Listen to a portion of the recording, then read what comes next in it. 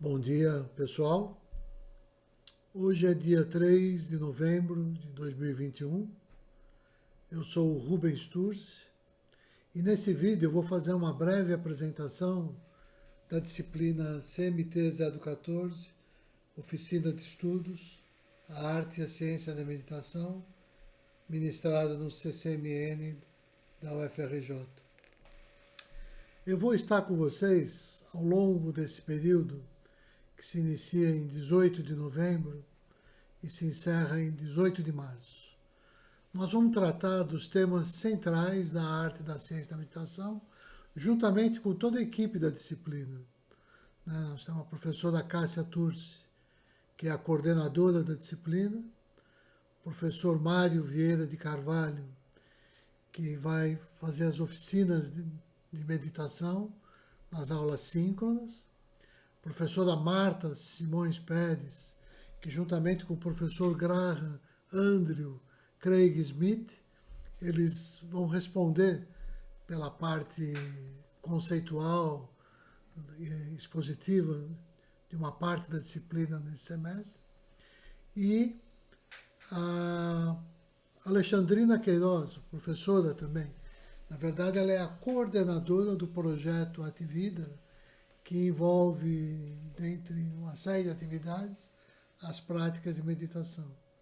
Então é no contexto dessa equipe que a gente está criando, aos poucos, desenvolvendo essa disciplina que gradualmente vai tomando corpo e alcançando assim diferentes áreas da universidade, né? Então quero falar um pouquinho sobre a Constituição e a própria aprovação dessa disciplina no CCMN do FRJ.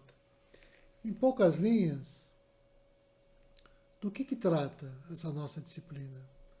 Ou seja, o que é meditação? Como ela surgiu? Como ela se desenvolveu? Quais as diferentes correntes, as diferentes escolas? Qual é a história dessa prática milenar? Então, nós vamos falar um pouco sobre essa história, a arte e a ciência da meditação, né?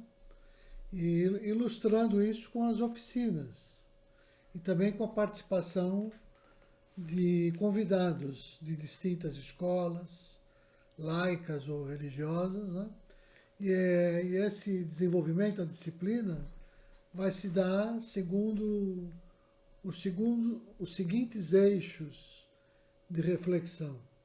Primeiro, as 6 grandes metáforas associadas ao surgimento e ao desenvolvimento histórico da meditação. Segundo, os 4 mantras que simbolizam a arte e a ciência da meditação como um todo. É claro que não são só 6 metáforas, nem 4 mantras, mas esse é um recorte que me permite construir a espinha dorsal dessa arte, né? Para que a partir daí, então, a gente dê conta de todos os outros elementos que vão formando o tecido, vão dando corpo para a disciplina, né? Por exemplo, nós vamos tratar sobre a dialética do Pranava Om, ou seja, sobre a dialética do próprio ser, né?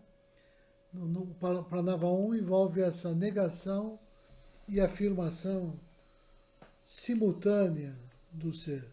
Daí essa ideia de dialética. Isso envolve, obviamente, a arte de governar a si mesmo. Né? Meditação tem a ver com esse processo da gente se conhecer, se controlar, se governar. E é óbvio que daí deriva a ideia da gente se relacionar em grupo. Então são essas duas artes, que existe um termo em sânscrito que dá conta disso, a gente não precisa aqui se deter nisso, mas é arta, que é essa arte. Isso é tido assim como um dos poderes do ser, um dos poderes do espírito. Está associado com com esse anseio, esse despertar que todos nós temos, de a gente aprender a conduzir a si próprio e da gente se conduzir na relação com os demais, né? Um outro eixo importante é o que nós vamos tratar, e todo mundo sabe disso quando fala da meditação, é a questão do alento vital, né? Então, o alento vital tem a ver com pranayama, com prana, ou seja, com esse modo da gente se relacionar com a energia vital que nos aponta para a via da genuína liberdade, que é o que se busca com as práticas de meditação. Que nós atuemos no mundo de uma maneira livre e autêntica. As palavras para isso no sânscrito, também não precisa ser até agora, mas a ideia de moksha e de Brahma Prapti. A gente vai ver isso com calma depois, ao longo do curso. Óbvio que para falar isso se dá dentro de um contexto. O contexto é onde nós estamos inseridos, ou seja, que é o próprio universo. Então a gente precisa entender como é, o que é esse princípio que aparentemente dá sustentação para o funcionamento de todo o universo de uma maneira harmônica, ou como queriam os gregos, cosmética, de uma maneira bela. Então esse princípio no sânscrito, que é o idioma por excelência da arte, da ciência, de meditação, foi ali que ela nasceu, né? A gente diz Dharma. E por fim, em contraposição com tudo isso, né, nós vamos investigar a questão do desejo e como que o desejo age, facilitando ou dificultando, né, ou sabotando, inclusive, todos os nossos projetos. Então essa é basicamente a estrutura do que a gente vai ver. E, bom, para tratar com esse olhar, né, com esse foco, não existe ainda um livro-texto ou um manual satisfatório, né, que dê conta desse processo com esse olhar, ou seja, com essa visão do desenvolvimento histórico e de uma maneira ampla, ou seja, que não dê conta ou dessa ou daquela forma de prática religiosa, mas como todas elas foram nascendo umas das outras e como elas se desenvolveram. Esse ainda é um trabalho a ser feito, por fazer, né? Então, de uma maneira provisória, e é assim que se dá com essa matéria muito interessante que é a meditação, né? Ela é muito difícil de ser colocada em termos 100% objetivos, né? Porque você só trata com competência, com cuidado desse tema, na medida em que ele faz parte da sua vida, né? Ou seja, a tua subjetividade está ali uma relação que é difícil separar do que é objetivo e do que é subjetivo. É diferente de uma matéria como física ou a química, onde elas têm esse caráter de objetividade maior. A meditação, quando tratada só sob esse ângulo objetivo, quase que ela deixa de ser meditação, porque ela perde um pouco da sua essência, que é esse caráter, esse aspecto de contágio, de irradiação, que só se dá quando aquele que trata do tema está vivendo, de alguma maneira, ainda que minimamente, esse tema. Ou seja, está envolvido com essa matéria, né? Então, pensando nisso, eu desenvolvi um pequeno guia ou um roteiro na forma de um livro-blog, bastante informal, onde eu traço um panorama rápido desse desenvolvimento. E por isso eu peço para todos, né, que acessem de imediato o sumário desse livro-blog e assistam um pequeno vídeo de apresentação feito ali no sumário do livro-blog, que é onde eu explico exatamente isso, como ele funciona, né? Como é que ele vai ajudar a gente na fundamentação teórica, para que a gente construa assim esse edifício aos poucos, né? Então, eu peço também que vocês se inscrevam no livro-blog, clicando ali na coluna da direita, mais ou menos no meio, na barra de rolagem até o meio da coluna direita, tem ali uma seção seguir, né? Então, peço que vocês se filiem ao livro-blog para que possam comentar e a gente interagir, inclusive, como isso é um work in process, é um trabalho em desenvolvimento, né? Então, fruto dessas interações ao longo do tempo, o livro-blog está sempre ainda sendo construído. Ele ainda não chegou à sua forma final de um livro. Ele ainda está no formato de postagem de um blog, né? Sempre que tem um artigo pertinente, a gente vai acrescentando. Ele vai tomando forma dentro de um capítulo e vai desenvolvendo alguns temas. Mas é claro que ele já tem uma estrutura que já é um livro, mas não é ainda uma obra acabada, é uma obra inacabada. E não sei nem se chegará a ser acabada, isso depende não sei, do futuro, né? Mas eu peço que vocês participem para que a gente possa interagir. Não se assustem com os termos técnicos que eu menciono ali, principalmente para quem não está familiarizado com as práticas do yoga, os termos em sânscrito, né? Aos poucos eles passarão a fazer sentido naturalmente. Então a gente não precisa se preocupar com isso, isso também não vai ser exigido aqui de ninguém, não é essa a ideia da disciplina, né? Então eu lembro que o livro-blog, ele se justifica até em função desse caráter autobiográfico, informal e subjetivo, né? Porque, como eu estava dizendo, esse tratamento de forma 100% objetiva, ele é um pouco estéril, né? Já que é a subjetividade que desempenha um papel central nessa disciplina, né? Você não consegue tratar adequadamente o que é a meditação se você não é um praticante. Não tem como, tá certo? Pode ser dessa ou daquela modalidade, mas você precisa ter um envolvimento com a disciplina. Então, para dar um exemplo, né? Essa disciplina, CMT 014, com esse título, com esse formato, né?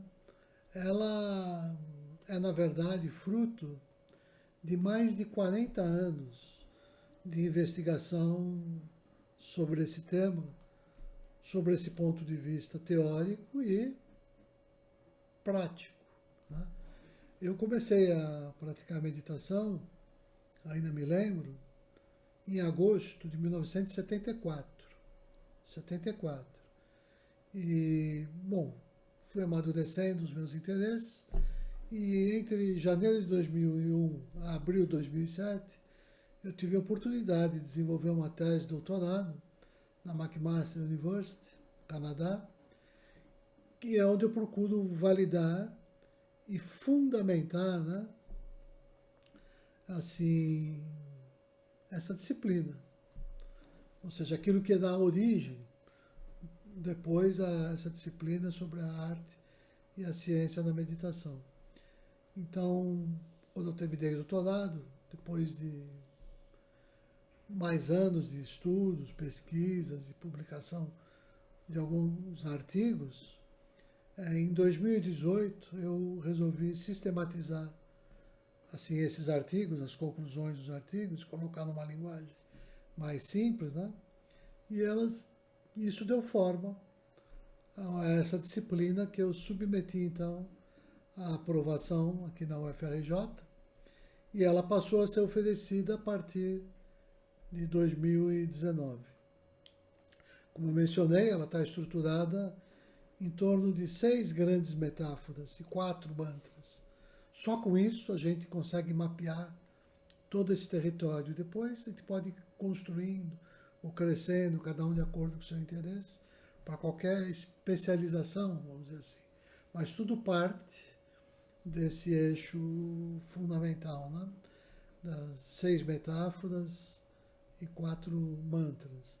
E as 6 metáforas, eu digo, na verdade, posso dizer até 3, já seriam suficientes. 3 principais e 3 secundárias, porque elas assessoram muito bem esse processo, como nós vamos ver, né? Então, essas 6 metáforas e 4 mantras que em meia hora eu podia apresentar para a turma, né?